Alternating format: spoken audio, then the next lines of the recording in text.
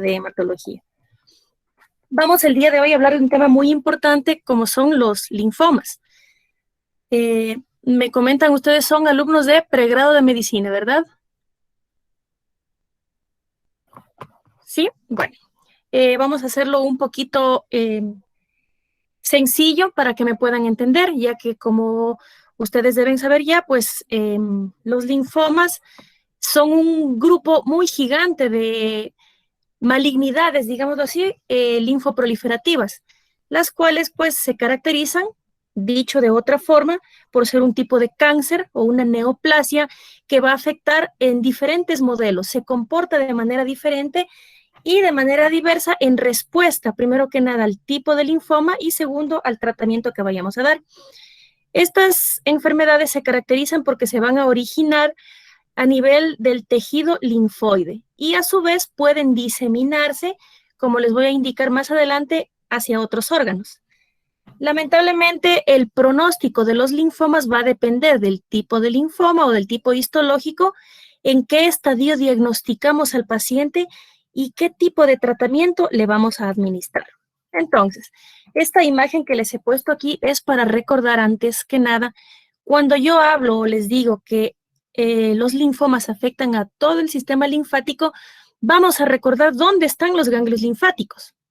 Y aquí podemos ver o podemos recordar que existen ganglios linfáticos en toda la economía del cuerpo humano. Tenemos ganglios o cadenas ganglionares desde amígdalas, cervicales, occipitales, epitrocleares, supraclaviculares. En definitiva, podemos observar que tenemos ganglios en todo el cuerpo, ¿verdad? Tenemos ganglios que se encuentran en varios plexos. Tenemos el vaso, que lo tomamos como un ganglio gigante. Tenemos la médula ósea, que también forma parte del sistema linfoproliferativo o que también puede afectarse con un linfoma. Ahora, entonces, después de esto vamos a definir. Los linfomas son procesos que van a englobar varias partes o varios procesos, valga la redundancia, que van a ser un poquito más insidiosos hasta llegar a ser neoplasias, dentro de ellas las más agresivas del ser humano. Son un conjunto muy diverso de entidades y se van a sintetizar en dos grandes grupos. Tenemos los linfomas de Hodgkin y los linfomas no Hodgkin. ¿Cuáles son las manifestaciones clínicas de estas enfermedades? Bueno, los linfomas son, vamos a decirlo, muy difícil de diagnosticar porque ellos pueden manifestarse de distintas formas. El 90% de ellos pues están caracterizados por el crecimiento de las adenopatías o el crecimiento de los ganglios. Recuerden en el gráfico anterior que les mostré, tenemos ganglios pues en toda la economía del cuerpo humano, así que va a depender de cuál es el lugar afectado para saber qué ganglio o qué cadena ganglionar va a aumentar de tamaño. Es importante recordar que ellos pueden o no asociarse a la presencia de síntomas B. ¿Cuáles son los síntomas B? Los síntomas B, también conocidos como síntomas generales, van a ser la pérdida inexplicable de peso que me va a referir mi paciente. Ojo con esto. Esa pérdida de peso tiene que ser de más del 10% y en los últimos 2 o 3 meses previo al inicio del crecimiento de los ganglios. Tenemos que tomar en consideración que otro tipo de síntomas B son la presencia de fiebre sin que se explique o sin que el paciente tenga ningún foco infeccioso y diaforesis profusa o sudoración profusa que el paciente la manifiesta en horas de la noche. Generalmente son pacientes que cuando nosotros interrogamos dicen, durante la noche me cambio 1 o 2 veces, tengo que cambiarme la pijama, tengo que sacarme la camiseta porque está completamente sudada. Es importante recordar esta parte que dice puede o no asociarse a síntomas B, ya que un gran porcentaje de los linfomas se caracterizan únicamente por el crecimiento de las adenopatías. Tomemos en consideración que ya que existen muchas enfermedades infecciosas que se caracterizan por el crecimiento de los ganglios, los pacientes generalmente cuando acuden al médico ha pasado mucho tiempo de estos crecimientos o mucho tiempo que ya presentan las adenopatías. Aparte de estos síntomas B, el paciente puede tener síntomas variables según la localización del linfoma. Recordando nuevamente el gráfico previo, tenemos ganglios en todo el cuerpo, ¿verdad? Tenemos ganglios a nivel del estómago, a nivel del intestino, tenemos ganglios en todo lo que son cadenas ganglionares superficiales, tenemos retroperitoneales, entre otros. Entonces, los síntomas de los linfomas no son exclusivos, sino que van a ser variables según la localización. Si yo tengo un paciente con un linfoma gástrico o un linfoma intestinal, pues el paciente va a quejar de náusea, vómito, estreñimiento. En muchas de las ocasiones únicamente dice, bueno, pues tengo epigastralgia, tengo molestia a nivel del estómago y nada más. Son muy frecuentes también dentro de los linfomas indolentes, que lo veremos más adelante, la presencia de los linfomas en piel. Entonces, pues se caracterizan porque el paciente va a tener pequeñas lesiones en piel o grandes lesiones según el porcentaje en el que esté tomada la piel, o puede referir prurito. Entonces, ¿cuáles son las diferencias básicas que existen entre HDG, que es linfoma de Hodgkin, y LNH, que es linfoma no Hodgkin? La localización. En el linfoma de Hodgkin se caracterizan porque la localización es única o va a afectar un solo ganglio o una sola cadena ganglionar contigua. Ejemplo, la cadena cervical anterior derecha. Mientras que los linfomas no Hodgkin se caracterizan porque la toma o la localización es múltiple. No va a afectarse un solo ganglio ni una sola cadena ganglionar, sino que pueden afectarse múltiples ganglios de diferentes lugares del cuerpo. En cuanto a la evolución, en el linfoma de Hodgkin se da por contigüidad linfática, mientras que en el linfoma no Hodgkin se da por diseminación hemática. En cuanto a la enfermedad extraganglionar o el linfoma que va a tomar algo más aparte de los ganglios, en el linfoma de Hodgkin es sumamente raro y no ocurre prácticamente nunca. Mientras que en los linfomas no Hodgkin es muy frecuente que exista enfermedad extraganglionar o lo que ustedes conocerían normalmente como metástasis, que no se llama metástasis en el linfoma, sino infiltración. Los linfomas no Hodgkin es muy frecuente que puedan infiltrar otros órganos. Ejemplo, pulmón, hígado, médula ósea, entre otros. Entonces, en los linfomas de Hodgkin, únicamente un 15% aproximadamente infiltran médula ósea, mientras que los linfomas no Hodgkin en un 80% van a infiltrar médula ósea. Y finalmente, otro punto, y realmente es uno de los más importantes, cuando nosotros estamos frente a otras enfermedades, que son los fenotipos autoinmunes. ¿Qué es un fenotipo autoinmune? Los dos principales dentro de hematología son las anemias hemolíticas autoinmunes y las púrpuras trombocitopénicas idiopáticas. ¿Qué sucede? Si yo tengo un paciente con una anemia hemolítica autoinmune o una púrpura trombocitopénica idiopática, tengo siempre que investigar si es que existe la presencia de un linfoma, ya que siempre van a asociarse, mientras que en los linfomas de Hodgkin no existe una asociación con los fenotipos autoinmunes. Ojo con esto, chicos. No les estoy diciendo que todo paciente con anemia hemolítica o púrpura trombocitopénica idiopática tengan linfoma, pero sí que es importante que se asocien y que por ende cuando estoy frente a estas enfermedades también tengo que buscar si es que existe o no la presencia de un linfoma no Hodgkin. ¿Cuál es la incidencia de estas enfermedades? La mayor incidencia está dada para los linfomas no Hodgkin, que se presentan en un 70%, frente a los linfomas de Hodgkin, que únicamente son frecuentes en un 30%.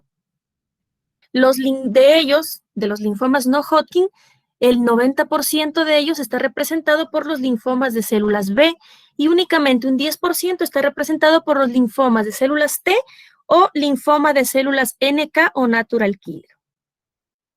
¿Qué sucede con la incidencia y epidemiología?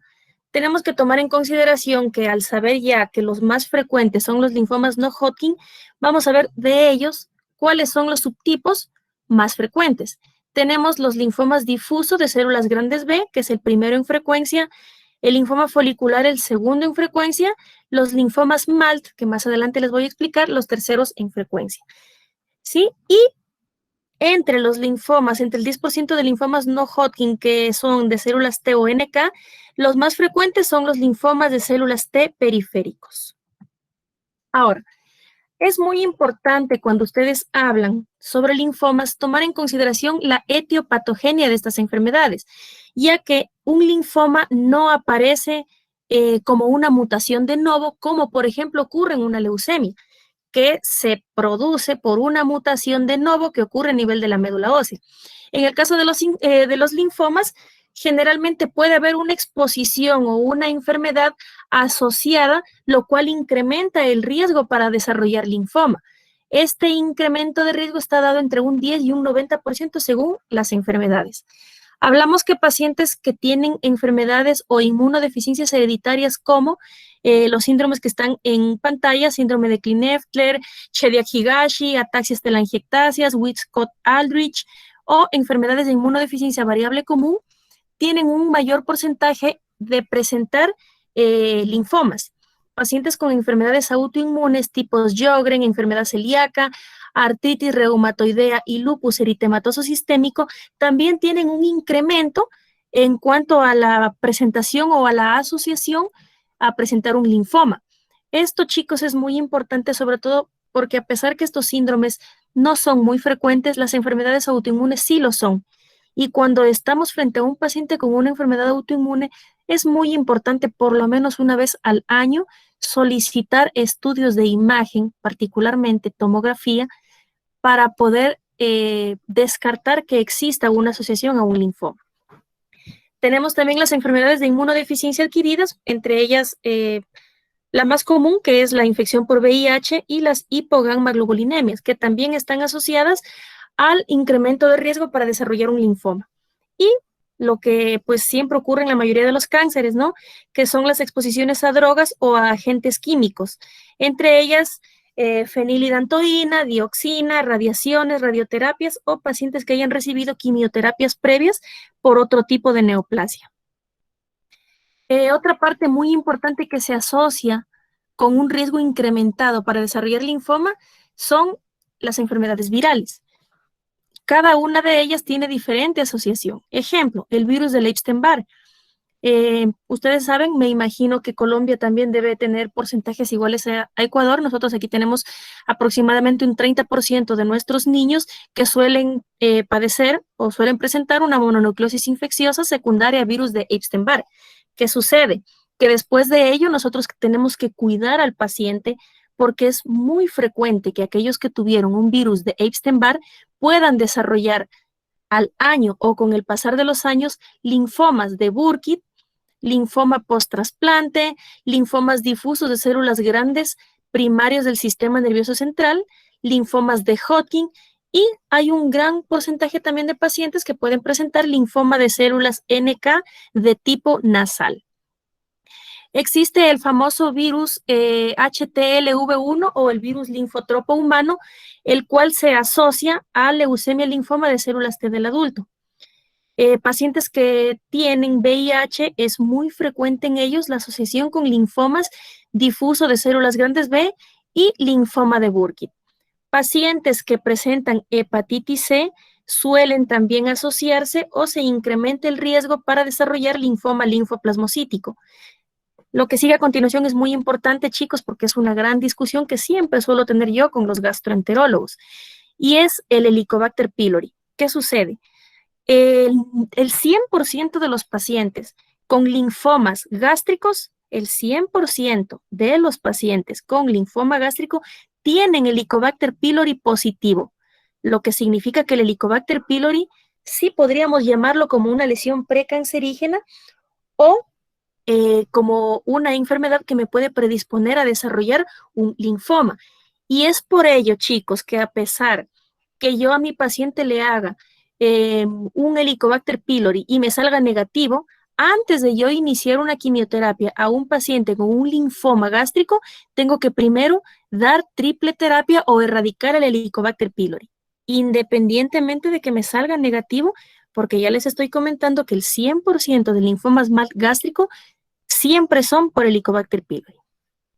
Y tenemos el herpes virus tipo 8, que se asocia con linfoma primario de cavidades y enfermedad de Castleman multicéntrica, que no es más que otro tipo de linfoma.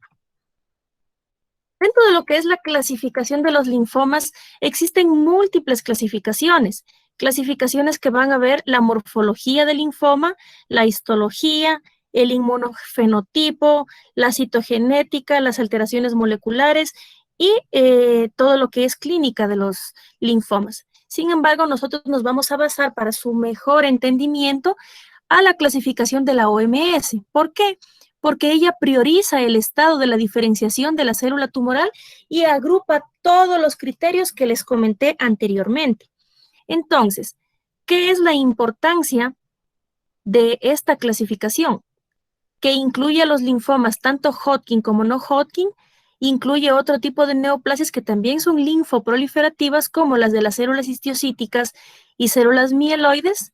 Va a dar prioridad a una simplificación y solo se van a reconocer enfermedades con rasgos característicos, tanto morfológicos como clínicos. Tenemos también variaciones de agresividad o de grado histológico dentro de una misma enfermedad, las cuales no se reconocen como una enfermedad distinta, sino la clasifican como una sola. Nos va a dar o nos va a prestar mayor relevancia a la presencia de alteraciones tanto moleculares que son características de una enfermedad o de un tipo de linfoma en concreto. También es muy importante, un marcador relevante, la localización anatómica que va a determinar las características biológicas y clínicas de cada enfermedad, particularmente en los linfomas de células B. Entonces, vamos a clasificar dentro de lo que es la OMS como las neoplasias linfoides de células B. Vamos a hablar prácticamente o básicamente de los más importantes, ya que esta clasificación es sumamente larga. Pero aquí tenemos las neoplasias de precursores de células B, que tenemos únicamente lo que es linfoma o leucemia linfoblástica B, que es lo que nosotros conocemos como leucemia linfoide crónica. Y tenemos las neoplasias de células B maduras en las que también se engloba nuevamente la leucemia linfocítica crónica asociada al linfoma linfocítico de células pequeñas y el resto de linfomas de células B. Independientemente, ojo con esto, la clasificación OMS es la clasificación de todos los linfomas. Toma en consideración los agresivos como los indolentes. Tenemos igual la clasificación de las neoplasias linfoides para células T y NK, dentro de la cual están clasificados absolutamente todas las neoplasias linfoides de células T. Y tenemos igual la clasificación OMS de los linfomas de Hodgkin. Este es un poquito más cortita, ya que tenemos el linfoma de Hodgkin clásico y los otros 4 subtipos de linfoma de Hodgkin que los vamos a mencionar a continuación. Entonces, como ven, chicos, pues realmente el tema es un poquito extenso y sí me gustaría toparlo todo porque todo es importante. Vamos a iniciar con los linfomas de Hodgkin. El linfoma de Hodgkin fue una entidad descrita hace muchos años atrás, en 1832.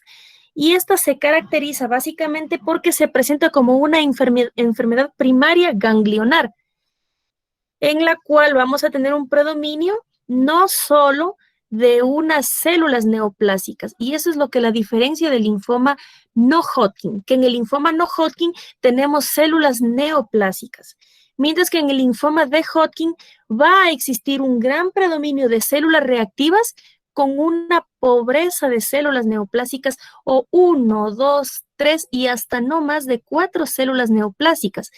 Y esto es muy importante. ¿Por qué? ¿Y a qué me voy con esto? Tomemos en consideración que el diagnóstico de los linfomas es histopatológico. ¿Qué quiere decir? Para yo poder diagnosticar un linfoma, tengo que tener el material. No es que a mí me llega un paciente con adenopatías y le voy a decir que tiene un linfoma, ¿verdad? Tengo que sacar una muestra de un ganglio. Y esto es muy importante. Nunca le pidan a un paciente que tiene adenopatías o en quien ustedes están sospechando un linfoma, nunca le pidan una biopsia por Trucut. ¿Por qué? Como se dan cuenta, en el supuesto caso que sea un linfoma de Hodgkin, va a haber más cantidad de células reactivas y pocas células neoplásicas. Si yo solamente hago una biopsia por Trucut, muy probablemente el material sea muy escaso, solo encuentre células reactivas y yo le dé un falso diagnóstico a mi paciente, porque el patólogo va a tener poquito material y me va a decir, es una linfadenitis reactiva, y el paciente se queda sin diagnóstico.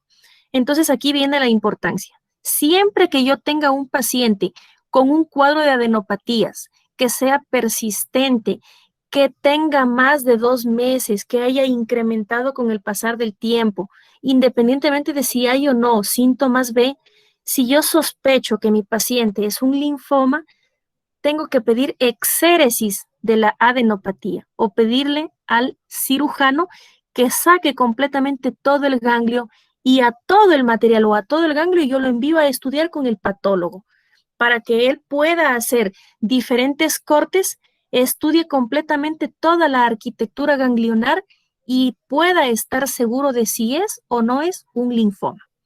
Entonces, ¿cuál es la mayor característica diagnóstica en el caso del linfoma de Hodgkin? Es que las células tumorales son sumamente grandes y el nombre de estas células son células de Reed-Steinberg. Entonces, tomemos en consideración por qué se diferencia el linfoma de Hodgkin. Este se diferencia de la mayoría de las neoplasias por su composición celular, porque, como les comenté anteriormente, las células neoplásicas son muy poquitas. Estamos hablando que del 100% del ganglio, únicamente el 1% corresponde a células de Reed-Steinberg o células tumorales. El resto de todo el material que va a tener ese ganglio va a ser un material inflamatorio, no neoplásico, que va a estar constituido por linfocitos, por histiocitos, por eosinófilos y por células plasmáticas. Desde el punto de vista clínico, en cambio, ¿por qué se caracteriza? Ustedes pueden ver en la imagen a la izquierda los ganglios normales, ¿verdad? En la imagen a la derecha podemos ver los ganglios incrementados de tamaño. Recuerden cuando hablamos de la diferencia del linfoma de Hodgkin que del linfoma no Hodgkin. En el linfoma de Hodgkin, como podemos observar, vamos a tener, o cuando tenemos esta enfermedad, perdón, se afecta un solo ganglio o toda la cadena ganglionar contigua. ¿Qué quiere decir?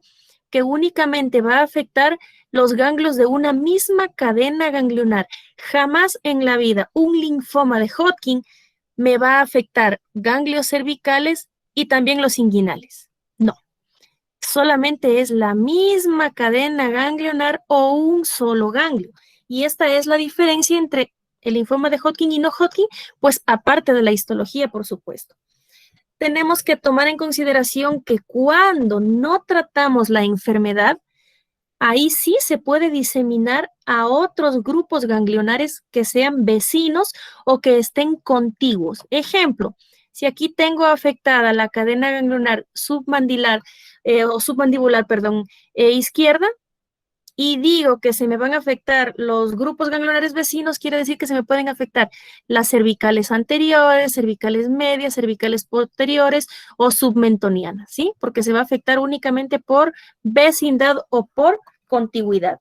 Y podría existir afectación de hígado, de vaso y de médula ósea, pero como lo indiqué en un principio, esto va a ser únicamente en un 15% tal vez, y únicamente cuando tenemos casos más avanzados.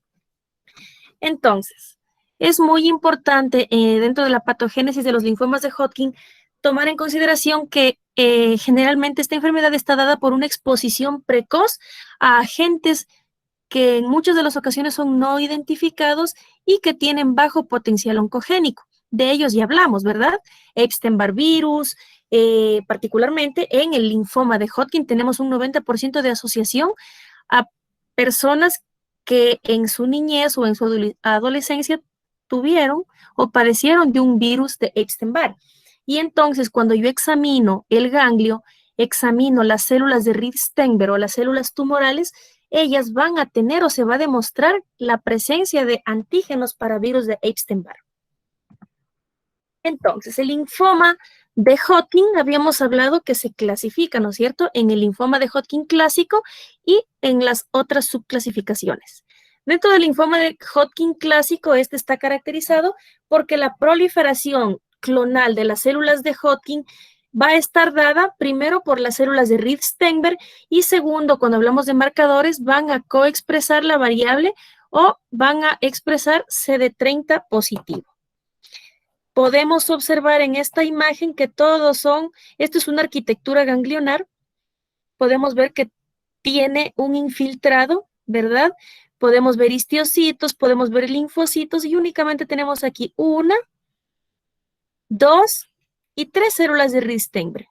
No vamos a ver más células que afecten o más células tumorales. Y esta es la importancia de pedir la exéresis del ganglio completo para que el patólogo tenga un material completo y extenso para poder analizar y descartarme si existe o no la presencia de un linfoma.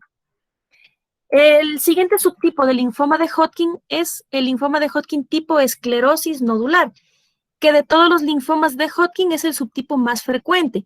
Y es muy importante porque su mayor incidencia va a estar dada en adolescentes y en adultos jóvenes.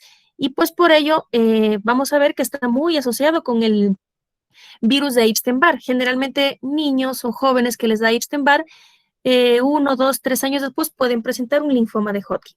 No quiere decir que todo paciente con Epstein-Barr virus vaya a tener un linfoma, pero su asociación es muy importante. Este se caracteriza porque debuta o se localiza con masas a nivel del mediastino o masas a nivel del diafragma. La médula ósea muy rara vez está involucrada y este se va a caracterizar porque no hay células de Reed-Steinberg, sino que nosotros vamos a ver, aquí les puse una imagen, una célula lacunar que podemos observar aquí, ¿sí? Entonces, podemos observar que el resto del ganglio está llenito de componente no neoplásico, dado por linfocitos T, histiocitos, células plasmáticas, eosinófilos y neutrófilos, y podemos ver que únicamente la afectación o la célula lacunar es única, ¿verdad? Entonces, esto es nuevamente, y me encanta siempre decirlo así para recordar la importancia de sacar el ganglio completo y no hacer únicamente una biopsia por trucur. El siguiente tipo de linfoma de Hodgkin es el linfoma de Hodgkin celularidad mixta. Es el segundo en frecuencia y constituye entre el 15 y el 30% de los casos de linfoma de Hodgkin. Este, en cambio, se caracteriza porque puede aparecer a cualquier edad, no en jóvenes como el anterior, y este, en cambio, va a afectar el vaso y los ganglios abdominales. Es el subtipo más frecuente en el caso de pacientes VIH positivo. Entonces, cuando yo tengo un paciente VIH positivo con un linfoma de Hodgkin, en el 90% de los casos va a ser un subtipo celularidad mixta. Este se caracteriza porque las células que se presentan aquí sí son las famosas células clásicas de Reed-Steinberg, ¿sí? Que se presentan bi o multinucleadas y en el interior van a tener un nucleolo. Entonces, si ustedes ven esta célula aquí, facilito verla también en la pantalla, ¿no es cierto? Y vemos que también es única, la tenemos exactamente aquí, ¿sí? Podemos ver igual que es una sola célula de Reed-Steinberg y el resto del ganglio está dado por el componente no neoplásico, linfocitos T, histiocitos, eosinófilos, neutrófilos y células plasmáticas. En el caso del linfoma de Hodgkin celularidad mixta, la afectación del mediastino es muy poco frecuente y, al igual que el resto de linfomas de Hodgkin, sí está asociado a Epstein-Barr virus, pero únicamente en el 70% de los casos. Los otros dos subtipos del linfoma de Hodgkin son el linfoma de Hodgkin rico en linfocitos, que es muy escaso, se presenta únicamente en el 5% de los casos y se caracteriza porque están involucrados ganglios linfáticos periféricos, particularmente los de la cadena cervical. Igual se van a presentar o se pueden presentar las células neoplásicas, como vimos anteriores, de Reed-Steinberg o las del tipo lacunar. Se caracteriza porque el componente no neoplásico, en este caso, no tiene histiocitos ni eosinófilos, sino únicamente y principalmente linfocitos. El siguiente tipo es el linfoma de Hodgkin de tipo depresión linfocitaria, que es el más raro de todos, pero el que más frecuentemente está asociado a VIH. Y se caracteriza porque, como su nombre lo dice, depresión linfocitaria tiene abundante cantidad de células de Reed-Steinberg y en cambio aquí el componente no neoplásico es un poquito escaso. Y este, en cambio, se presenta con adenopatías abdominales, es un poquito más aparatoso, el paciente tiene hepatoesplenomegalia y va a existir infiltración o afectación de la médula ósea. ¿Cómo yo me doy cuenta que mi paciente tiene la médula ósea infiltrada? Porque el paciente va a tener citopenias. Es un paciente que, aparte de tener sus adenopatías, se caracteriza porque cuando yo le pido una biometría hemática, puedo encontrar anemia, puedo encontrar leucopenia o puedo encontrar trombocitopenia, que me están indicando que algo está pasando a nivel de la médula ósea. Finalmente tenemos el linfoma de Hodgkin de predominio linfocítico nodular, que también es muy escaso, únicamente constituye el 5% de los casos. Y se caracteriza porque afecta a los ganglios periféricos, pero siempre va a respetar el mediastino. Jamás voy a tener una masa mediastinal. El componente celular es parecido al linfoma de Hodgkin clásico. Hay muy poquitas células neoplásicas sobre todo el fondo de las células inflamatorias que se van a presentar. Sin embargo, ¿por qué yo lo difiero del linfoma de Hodgkin clásico? Por el inmunofenotipo y por las manifestaciones clínicas. Dijimos que en el clásico podían haber, ¿qué cosa? Masas mediastinales, mientras que en el predominio linfocítico nodular van a haber ganglios periféricos, pero se respeta siempre el mediastino. Las células neoplásicas van a ser células tipo popcorn, podemos ver en la imagen de acá abajo, y luego vamos a pasar en la siguiente para que ustedes puedan observarlas. Y se caracteriza porque en este caso el componente no neoplásico está completamente lleno de acúmulos de histiocitos, mientras que células plasmáticas, eosinófilos y neutrófilos no están presentes, ¿sí? Entonces aquí podemos ver la célula popcorn y la tenemos exactamente aquí. Y se caracteriza por todo el infiltrado inflamatorio que únicamente es de linfocitos. Y van a tener una coexpresión de CD20 positivo, mientras que el clásico dijimos que era únicamente CD30 positivo. Hasta aquí con linfoma de Hodgkin. Voy a pasar al linfoma no Hodgkin. No sé si tal vez existe alguna pregunta o continúo. Tomemos en consideración que al tratamiento lo voy a dar al final de todos. ¿No tienen ninguna pregunta? Muy bien. Entonces continuamos con linfomas no Hodgkin.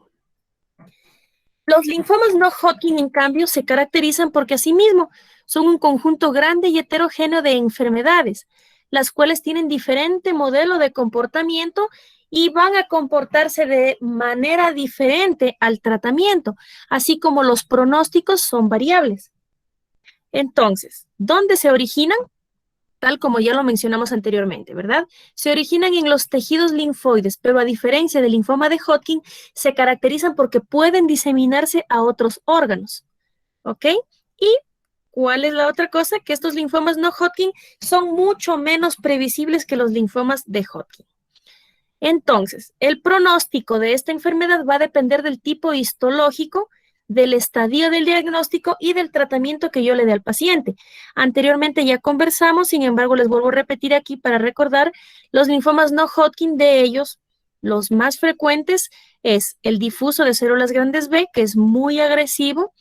Tenemos el linfoma folicular, en cambio, que es indolente.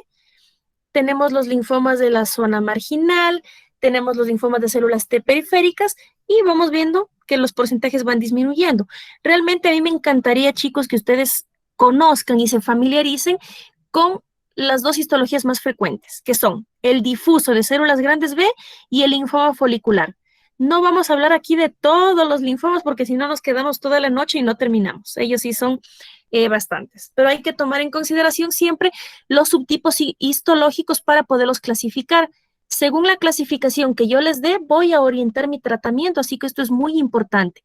Vamos a ver que vamos a tener los linfomas agresivos y los linfomas indolentes.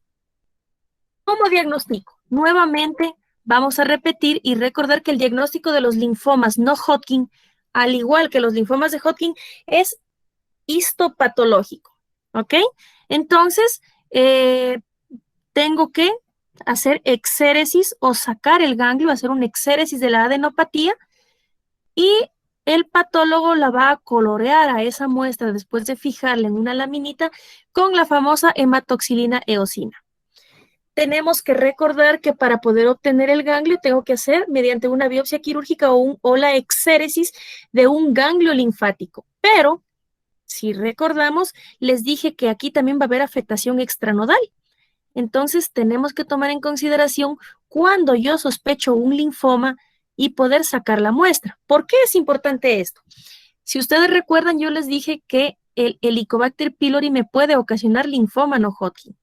Esto es muy importante porque cuando el paciente va por una molestia gástrica, cuando el paciente va por una epigastralgia o va por una gastritis, es muy importante recordarle a los compañeros de gastroenterología que siempre que hagan una endoscopía o una colonoscopía, tienen que tomar muestra para biopsia, porque en la mayoría de los casos mi paciente llegó con epigastralgia, mi paciente llegó con gastritis y el diagnóstico final va a ser un linfoma. Entonces es muy importante siempre la biopsia o el estudio histopatológico para poder diagnosticar a mi paciente. Entonces, dentro de lo que son los linfomas, ellos van a tener una clasificación muy bonita y muy práctica para poder saber qué tan afectado está mi paciente. ¿Y por qué tengo que saber qué tan afectado está mi paciente? Porque si yo hago una mala clasificación, voy a dar un mal tratamiento.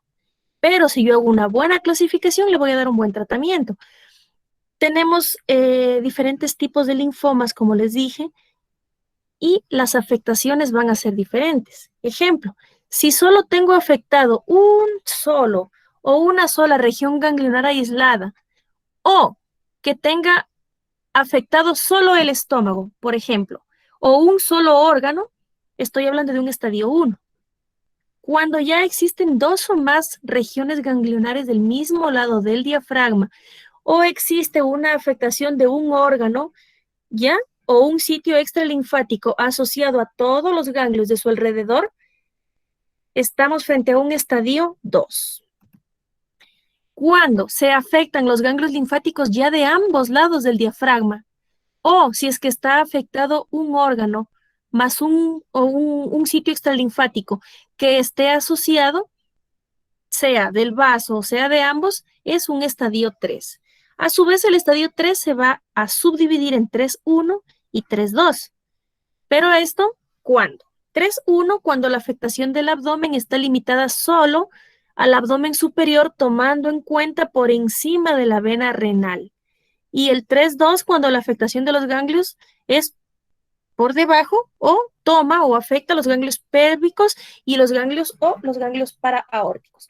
Tomemos en consideración entonces que para yo poder estadificar a mi paciente dentro del diagnóstico, aparte de pedirle la exéresis de la adenopatía o la exéresis del ganglio linfático, la otra parte o el otro examen fundamental para yo poder diagnosticar a mi paciente es una tomografía. Todo paciente con sospecha de linfoma de Hodgkin o linfoma no Hodgkin, tengo que solicitar una tomografía simple y contrastada de cuello, tórax, abdomen y pelvis. Yo tengo que hacer un barrido por medio de una tomografía absolutamente de todo el cuerpo de mi paciente para buscar dónde tiene ganglios. ¿Por qué? Porque yo puedo palpar lo periférico, pero yo no puedo palpar lo profundo. Y es aquí cuando la tomografía me va a ayudar para yo buscar si es que mi paciente tiene ganglios en mediastino, ¿no es cierto? Retroperitoneales y en cada uno de los lugares del cuerpo en los que existen ganglios. En muchas de las ocasiones, sobre todo cuando tenemos pacientes que son un poquito gorditos, yo no le voy a poder palpar si tiene esplenomegalia. Sin embargo, la tomografía también me va a ayudar para esto. Finalmente, el estadio 4 es cuando ya tengo una afectación diseminada o multifocal, que está caracterizada porque ya el linfoma está completamente diseminado y ha tomado uno o más órganos extralinfáticos. Puede o no tener ganglios afectados, ya que estén vecinos o contiguos, porque generalmente está afectado ya por arriba del diafragma, por debajo del diafragma, está tomado pulmón, está tomado hígado, cualquier de los órganos, siendo uno o más. La subclasificación, a su vez, como ya lo comenté en un principio, depende de si el paciente tiene o no los síntomas B que habíamos mencionado, tomando en consideración que para los linfomas no Hodgkin tomamos en cuenta la pérdida de peso inexplicable de más del 10% en los 6 meses previos al diagnóstico. ¿Por qué? Porque a diferencia de la enfermedad de Hodgkin, los linfomas no Hodgkin pueden ser más indolentes. Por ejemplo, el linfoma folicular, que se caracteriza porque el paciente tiene historia de 3, 6 meses, 9 meses o inclusive hasta un año con ganglios que aparecen y desaparecen. Y es muy importante aquí tomar en consideración que se asocian los síntomas B. Entonces el paciente dice, no, perdí peso desde hace 6 meses. Ojo con eso. Igual, la sudoración nocturna, fiebre inexplicable o un paciente que tiene fiebre sin un foco infeccioso cuya temperatura es mayor a 38 grados centígrados. Dentro de la subclasificación también tenemos que tomar en consideración que los linfomas no Hodgkin se caracterizan porque van a tener presencia o pueden tener presencia de masas tumorales. Aquí tenemos que tomar en consideración si es que esa masa tumoral es grande o no es grande. ¿Por qué? Porque aquí viene la siguiente clasificación que ustedes deben haber escuchado.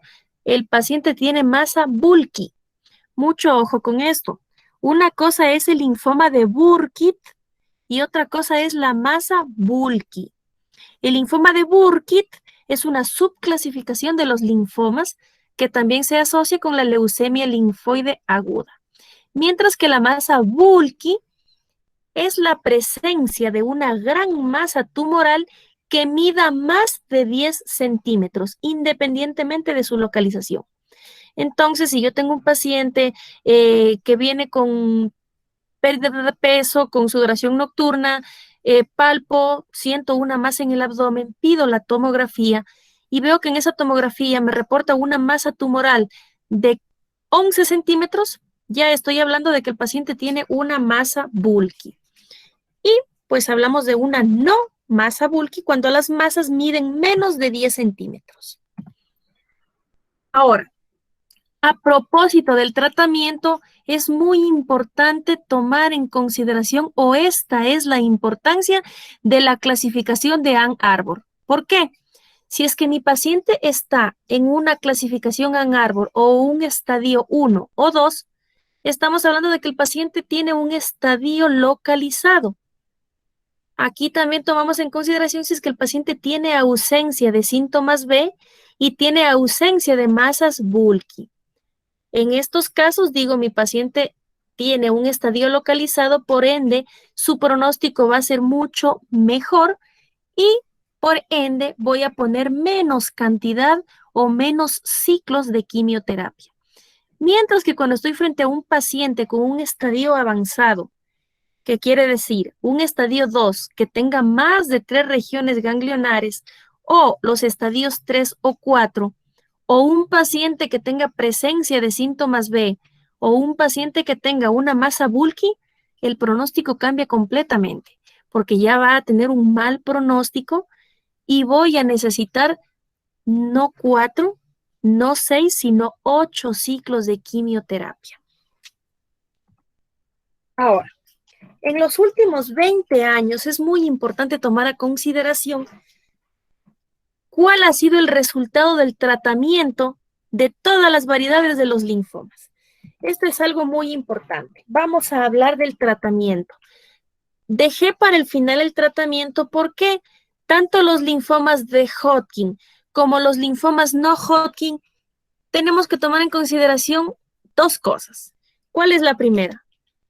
En nuestra era actual, desde hace algunos años atrás, con el advenimiento de todos los nuevos citostáticos, de los anticuerpos monoclonales, de los inhibidores de los proteosomas, entre otros más, se ha dado completamente una revolución en el tratamiento de los linfomas y se convirtieron de haber sido una enfermedad agresiva y prácticamente incurable en los años 80, tomando en consideración que a los 5 años de diagnóstico únicamente un 50% de pacientes estaban vivos y a los 10 años había una sobrevida global de apenas un 39%. Actualmente, hasta el 2019, en los últimos estudios realizados, la sobrevida global a los 5 años seguía siendo baja, 66.8%, pero la sobrevida global a los 10 años es de un 66.3%. Nos podemos dar cuenta cuánto hemos mejorado, ¿verdad? Entonces, ¿por qué esto es importante, chicos? Esto es importante porque cuando yo tengo un paciente diagnosticado de un linfoma, sea de Hodgkin o no Hodgkin, yo tengo que darle el tratamiento con la intención curativa, más no con la intención paliativa. Yo tengo que pensar en curarlo al paciente, no solamente en diagnosticarlo y quedarme ahí. Es algo muy importante, primero, recordar el diagnóstico. Ustedes son los que van a diagnosticar al paciente. El paciente nunca va a llegar al hematólogo porque tiene un incremento del tamaño de los ganglios o porque tiene fiebre y pérdida de peso. El paciente llega donde su médico, ¿verdad? Llega a su centro de salud, donde su médico general, donde su médico familiar, y ahí es donde va a consultar. Y esta es la importancia del diagnóstico, porque si ustedes hacen un buen diagnóstico, si ustedes lo sospechan a tiempo, el paciente va a estar en estadios iniciales y tomemos en consideración que si está en estadios iniciales, yo le ofrezco inclusive un mayor porcentaje, un mayor índice de curación. Mientras que si yo dejo pasar un ganglio, si yo dejo pasar un linfoma y me doy cuenta cuando el paciente está en un estadio avanzado, lo puedo curar, pero el porcentaje es mucho menor. Entonces, ¿qué sucede con los linfomas no Hodgkin indolentes? Habíamos hablado en un principio que tenemos dentro de las clasificaciones para el tratamiento los linfomas indolentes y los linfomas agresivos. Vamos a hablar, como les dije, de los principales. Los linfomas no Hodgkin indolentes tenemos el linfoma folicular, que es el segundo en frecuencia, porque el primero era el difuso de células grandes B, recuerden. Hablamos de que de todos los linfomas indolentes, el folicular ocupa entre el 22 al 70%. Los linfomas MALT, ¿qué significa MALT? MALT significa mucosas. Otro tipo de linfomas indolentes son los linfomas que se presentan en las mucosas. Como ven, parece un porcentaje bajito, de 5 a 7%. Sin embargo, este es el famoso linfoma gástrico. Por ende, es muy importante tomarlo en consideración. Y finalmente tenemos los linfomas de células T cutáneos. Aquí tenemos una enfermedad muy bonita que se llama micosis fungoide. Cualquiera que escuche micosis fungoide piensa en un hongo, pero no es así. La micosis fungoide es un tipo de linfoma de células T cutáneo que es muy bonito porque se caracteriza porque el paciente tiene unas lesiones descamativas en la piel que le pican y le pican y le pican. ¿Y qué sucede? Que generalmente está presente 1, 2, 3 y hasta 5 años antes de ser diagnosticado. ¿Por qué se caracterizan los linfomas indolentes? Porque no siempre requieren tratamiento. Cuando estamos frente a un linfoma gástrico en uno de sus estadios iniciales, me basta con darle el tratamiento para el Helicobacter pylori y repetir en 3 meses una nueva endoscopía. Si en esa endoscopía ya no hay rastro de mi linfoma, no requiere tratamiento. Sin embargo, si existe, ahí sí yo voy a pensar en dar tratamiento. ¿Y qué es la otra cosa importante de los linfomas no Hodgkin indolentes? Que son muy quimiosensibles. ¿Qué quiere decir eso? Que en el principio de la enfermedad, el 99% de los pacientes va a lograr curarse o va a lograr la remisión. Pero, ¿qué es lo que tiene de malo esta enfermedad? Que los linfomas no Hodgkin indolentes se caracterizan porque lamentablemente hacen muchas recaídas. ¿Qué quiere decir? Si tengo un paciente con un linfoma folicular que requiere tratamiento y le doy una primera línea de quimioterapia, es muy frecuente o muy probable que me haga una nueva recaída y yo tenga que poner otra línea de quimioterapia. ¿Y qué sucede? Cada que yo voy dando una nueva línea de quimioterapia, ese linfoma se va volviendo menos quimiosensible y por ende disminuyo la probabilidad de que mi paciente logre remisión.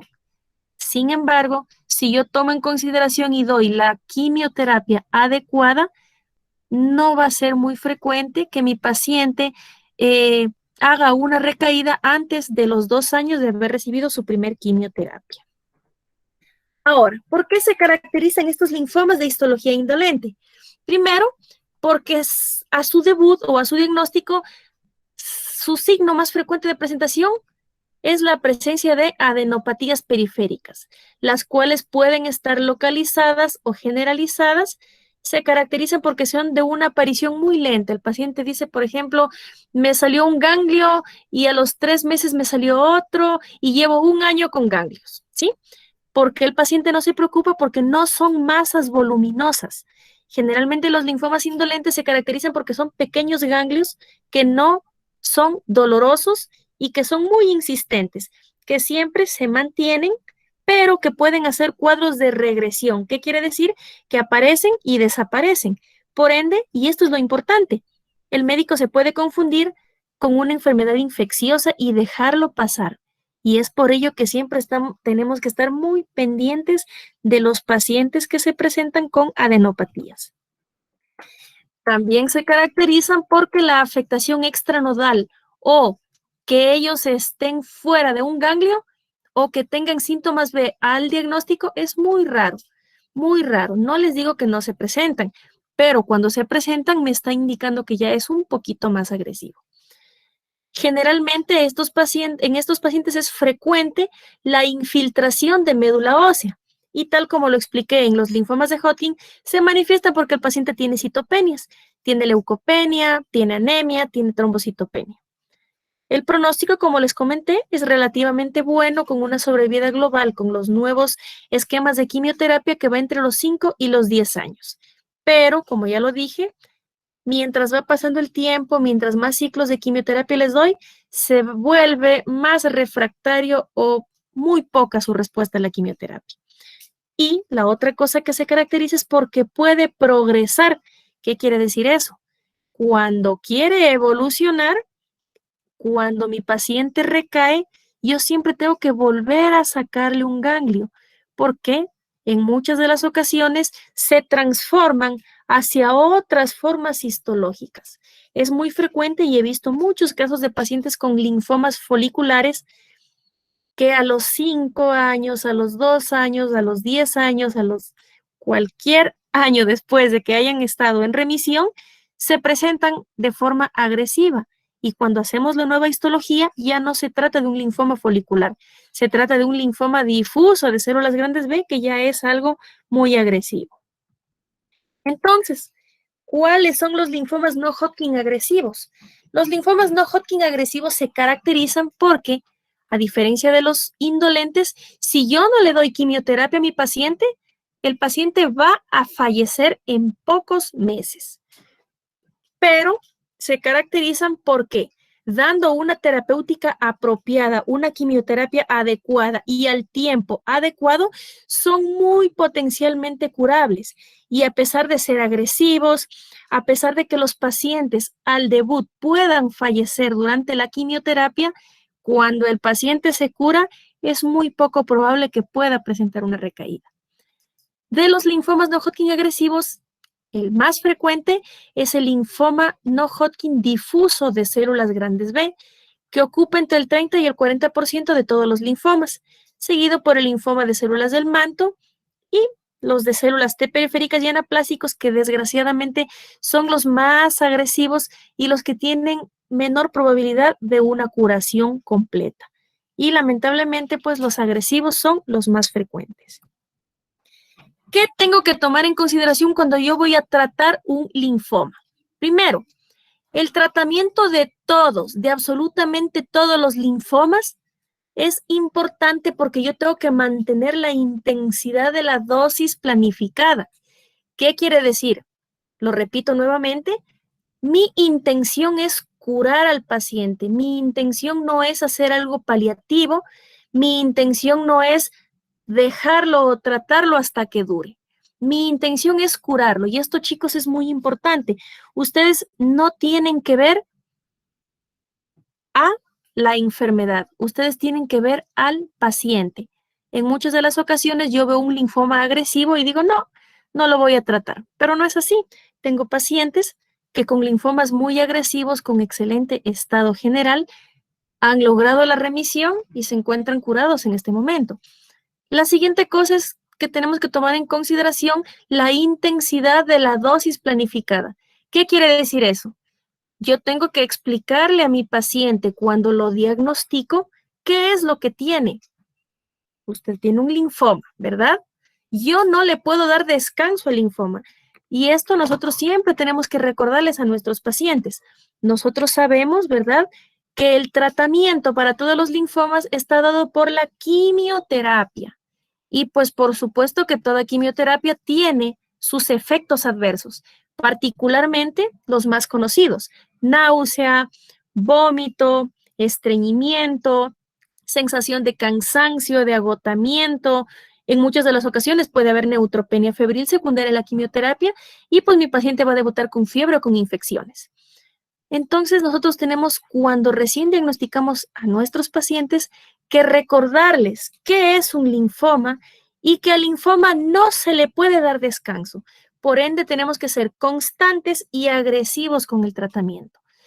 Las quimioterapias para los pacientes de linfomas, tanto de Hodgkin como no Hodgkin, los ponemos cada 14 o cada 21 días según la agresividad del linfoma, tomando en consideración que en el 90% de las ocasiones ponemos cada 21 días las quimioterapias. Ahora, ¿por qué no me tengo que retrasar? Porque si yo me retraso y no pongo el tratamiento, la quimioterapia, cuando le corresponde a mi paciente, puedo hacer que ese linfoma, yo le estoy dando un descanso y por ende, ¿qué voy a hacer? Que prolifere más y es lo que yo no debo permitir. Ahora, es muy importante tomar en consideración esto, la radioterapia. Tenemos que tomar en consideración que en el tiempo de antes, cuando todavía no teníamos toda la era de los nuevos citostáticos que tenemos ahora, nosotros dábamos radioterapia a los pacientes en primera línea en el tratamiento de los linfomas. Ya no es así, pero no les estoy diciendo que no se lo usa. ¿Qué sucede? Cuando yo estoy frente a un paciente con un linfoma de Hodgkin o un linfoma no Hodgkin en estadios 1 o estadio 2, que solamente esté tomado un solo paquetito ganglionar, o por ejemplo, pacientes que me debuten con un linfoma extranodal, ejemplo, las mujeres con linfoma primario de mama o los pacientes con linfomas del sistema nervioso central, el tratamiento inicial en estos casos sí va a ser la radioterapia. ¿Por qué? Porque el linfoma está localizado en una sola zona y yo sí puedo irradiar esa zona, pero tengo, ¿qué cosa? Que asociarlo o acompañarlo de quimioterapia. Entonces, tenemos que tomar en consideración que la radioterapia es parte del tratamiento y no la voy a usar con intención de disminuir el número de ciclos o la intensidad de la quimioterapia, sino que la voy a dar extra a la quimioterapia. Y esa es la controversia de su indicación, que en muchas de las ocasiones los pacientes piensan que porque se dan radioterapia ya no van a recibir quimioterapia o se rehúsan a recibirla. Y tenemos que recordar que es una combinación. Y en la combinación y en la intensidad del tratamiento está el que yo pueda darle o ofrecerle a mi paciente la curación de su enfermedad. Ahora, ¿cuántos ciclos? Generalmente cuando estoy frente a un estadio 1 y 2 de un linfoma de Hodgkin, valoro la afectación del paciente, valoro el número de áreas ganglionares, el estado general de mi paciente y decido darle entre 2 y 4 ciclos de quimioterapia. Si es que yo tengo un paciente con una enfermedad localizada, valoro entre 2 y 4 ciclos de quimioterapia. Pero cuando tengo un paciente que esté en estadio 3 o 4, valoro. Si es que son estadio 3, puedo dar 6 ciclos de quimioterapia. Y si es que son estadio 4, tengo que dar 8 ciclos de quimioterapia. Ahora, esto no está dicho, escrito y sellado. ¿Qué es lo que yo voy a hacer? Doy la quimioterapia a mi paciente y tengo que pedir una reevaluación. ¿Qué quiere decir una reevaluación? Primero, siempre voy a palpar, voy a revisar y voy a preguntarle cómo se siente mi paciente antes de cada nuevo ciclo de quimioterapia o nuevo ciclo de tratamiento. Si es que yo veo que mi paciente, a pesar de ser un estadio agresivo, con 4, con 5 ciclos de quimioterapia, desaparecieron los ganglios periféricos que yo palpaba, tengo que pedir una nueva tomografía. ¿Por qué?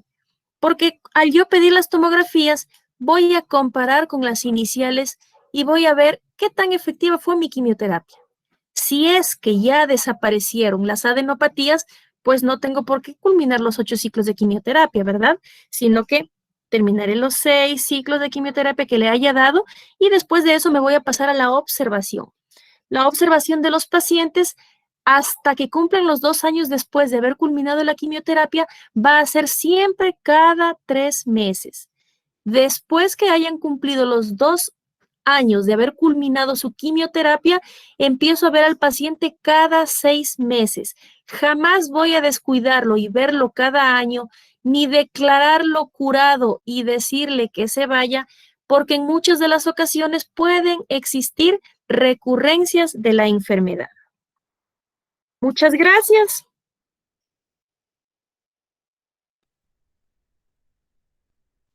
Bueno, Doc, muchísimas gracias. Excelente presentación.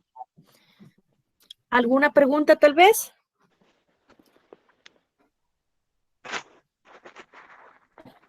Nadie tiene preguntas.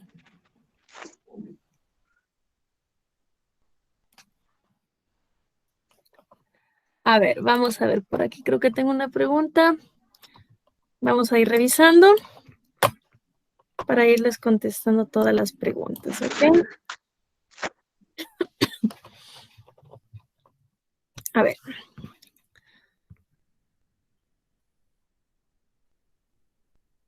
Tamaño de los ganglios. ¿Cuándo se consideran inflamados? A ver, ¿cuándo yo considero inflamado un ganglio? Tenemos que tomar en consideración un ganglio inflamado de un ganglio incrementado de tamaño. Un ganglio inflamado puede presentarse con enrojecimiento y con dolor a la palpación, ¿sí? Mientras que un ganglio incrementado de tamaño es un ganglio palpable. Si yo me topo, ¿no es cierto? Todas las cadenas ganglionares, si ustedes se topan, todo lo que es cervical, todo lo que es supraclavicular, no tengo que topar, no tengo que palpar absolutamente nada. Cuando yo palpo ya una bolita, llamémoslo así, cuando yo palpo una pequeña masa, ya estoy hablando de que el ganglio está incrementado de tamaño porque yo lo puedo palpar, ¿sí? Tengo que tomar en consideración la diferencia entre enfermedades infecciosas y enfermedades neoplásicas. ¿Por qué llevo esto por qué traigo esto? Porque generalmente los ganglios en una enfermedad infecciosa son dolorosos a la palpación. Yo lo topo y duele. Mientras que cuando estoy hablando de un ganglio, de un linfoma, no duele, el tamaño es mayor a 2 centímetros generalmente. Cuando yo lo palpo, en ocasiones no es móvil, sino que está, como yo lo digo, adherido a planos profundos. Y los bordes no son regulares, sino que son irregulares. ¿Sí? La siguiente pregunta dice, ¿las células de Reed-Steinberg son neoplásicas finalmente? Por supuesto que sí. Cuando yo tengo un paciente con células de Reed-Steinberg, estoy hablando de un linfoma de Hodgkin. Lo que yo les decía es que es la razón por la cual yo al paciente le solicito la exéresis del ganglio o le saco el ganglio completo. Porque, como se dieron cuenta, no voy a encontrar más de un 1% de células neoplásicas y es por eso que las células de Reed-Steinberg, cuando la encuentro, es patológica. ¿Sí? Dice, ¿cuál de los dos tipos de linfoma tiene mejor pronóstico en su diagnóstico? Los dos tipos de linfoma son de buen pronóstico, particularmente los que son indolentes. Hablamos de linfomas foliculares, hablamos de todo lo que son linfomas de Hodgkin que van a tener un mejor pronóstico. Sin embargo, también tenemos linfomas no Hodgkin difusos de células grandes B que tienen excelente curación. Y me preguntan, ¿hay variaciones en esto en el paciente pediátrico? Sí. Desgraciadamente, el linfoma no es lo mismo en un niño que en un adulto. Cuando yo tengo un linfoma en un niño, lamentablemente en el 99% de los casos es muy agresivo. Y únicamente en un 1% de los casos no van a ser agresivos, ¿sí? Dice, doctora, ¿qué quimioterapia se usa? Tenemos que tomar en consideración al usar quimioterapia que no voy a usar un solo fármaco, voy a usar una mezcla de fármacos. Nosotros generalmente los llamamos o les ponemos nombres según la sigla o la inicial del fármaco del citostático que vamos a usar. Nunca uso un solo medicamento, sino que uso entre 3 y 4 citostáticos para atacar a las células tumorales en los diferentes ciclos, en las diferentes partes del ciclo celular. Ejemplo, para un linfoma de Hodgkin, puedo utilizar un ABVD, que está dado por adriamicina, bleomicina, dacarbazina, ¿sí? Mientras que en los linfomas no Hodgkin, tengo muchos esquemas y depende del tipo de linfoma. Puedo, por ejemplo, en un difuso de células grandes B, usar el famoso R-CHOP, si es que es de células B, ¿no? Entonces voy a usar rituximab, ciclofosfamida, vincristina, adriamicina y prednisona. Es muy importante tomar en consideración, chicos, y es algo que me olvidé, Cuando yo tengo un paciente con adenopatías, nunca le doy corticoide, porque si yo le doy corticoide como es parte de la quimioterapia, voy a disminuir los ganglios y lamentablemente me voy a quedar sin el diagnóstico, ¿sí? Dice, doctora, como médico general, ¿tendría que encontrarme en contexto de adenopatía más síntomas B para solicitar exéresis de ganglio o solo para descartar histopatológicamente solicito el procedimiento? Bueno, como médico general, pues, si es que ustedes tienen adenopatías en un paciente que tenga, independientemente o no, síntomas B, pero que ustedes se den cuenta que este ganglio, como les dije, es mayor a 2 centímetros, es un ganglio, es un paciente que no tiene ningún síntoma infeccioso, no sospechan en una infección viral, por supuesto, más aún si tiene síntomas B. Tengo que pedir exéresis del ganglio para descartar histopatológicamente, ¿sí? Porque el diagnóstico de los linfomas es justamente eso, histopatológico, ¿sí? Entonces, ¿qué tanta posibilidad existe de heredar en una misma familia? Los linfomas no son hereditarios, ¿sí?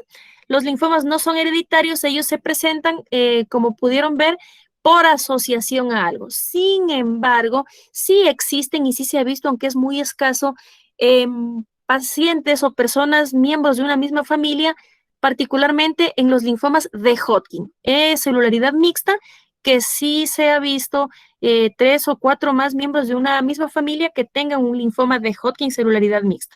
En el no Hodgkin no es hereditario.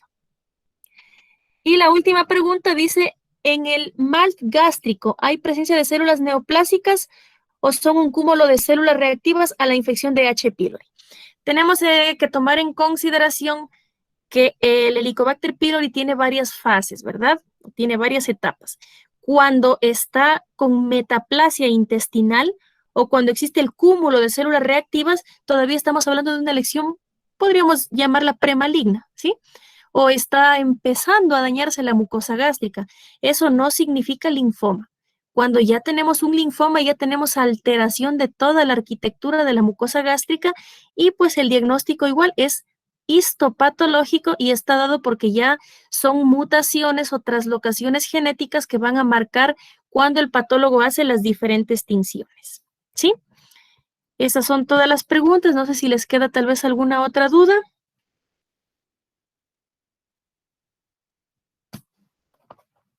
¿No?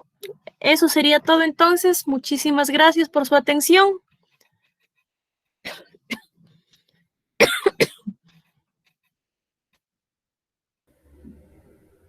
Doctora, muchísimas gracias por acompañarnos y de nuevo felicitaciones por aceptar este reto de enseñar de manera pro bono y hacerlo de manera tan espectacular. Siempre nuestra asociación, tanto CMEDU PTC como CMEDU ICE en Colombia, tienen las puertas abiertas para sumarse en el momento que quiera volver. Muchísimas gracias de nuevo.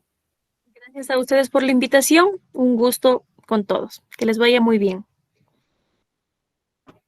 Muchas gracias, Doc. Hasta luego. Hasta luego, Doc.